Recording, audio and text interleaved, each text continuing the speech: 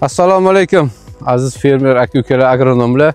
Biz hozir Toshkent viloyati Bekobod tumaniga kelib turibmiz. Bu yerda Agrotip firmasining AX 543 yangi gibrid nomerli gibridlarni ekkan dalaga kelib turgan holatimizda. Bu yerda bir chiroyli bir karomlar yetilgan. Mana shu karom holatlari buni bir yaxshi jihat tomonlari po'st qalinligi, uzoq masofaga chidamliligi bo'yicha ham bir holatni yaxshi ko'rsatib turibdi. Ranglari shu to'q yashil rangda. Mana dala holatda ham o'sgan holatlari ham bir tekis chiroyli kelib turibdi. Buni hozir bir kesgan holatda bir holatini yana bir og'irliklarni ham ko'rsatib o'tamiz. Buni ham bir inobatga olamiz. O'zak qalinligi, uzunliklarini yana ko'rsatish jarayonini ko'rsatamiz hozir sizlarga.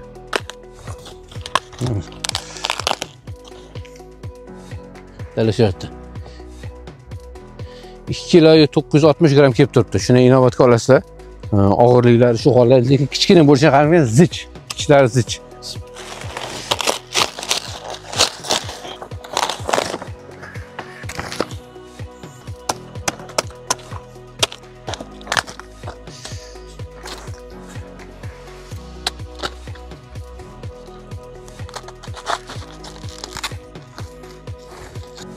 Mana hozir bo'lingan joyini ko'rish mumkin.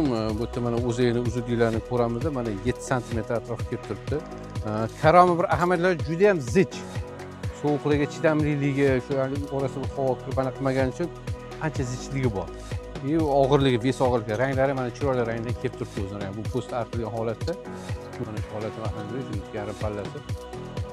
O'zaklari ham kattagina. Zichligi ham ahamiyatli joyi. 19 sm endiga. Mana bu dalaga ekilgan sanasi 10-iyulda ekilgan. Bugun mana shu 1-oktyabrda shu kunda yetilib pishgan. 80-85 kunlik bo'lib turibdi. Yana bir qiziq ahamiyatli joyi bu issiqqa chidamliligi ham bor. Zichligini ko'rganingizda issiq va sovuq, stress holatlariga juda ham chiroyli karom holatini ko'rib turibmiz. Yana Xudo nasib qilgan ekan, mana shu 00540 Agrotip firmasini karam o'rog'ini olib ekdik. Iyulda shu 5-10lariga ekdik. 1-oktyabrda pishdi bular. Ha, 1-oktyabrda bular pishdi. Lekin anaqa eksport variantlariga juda yaxshi ekan. Mana shu holatda mana shu holatda mana karam kasallikka chidamliroq. Xudo xohlasa 80 kunlik deb hisoblaymiz endi buni.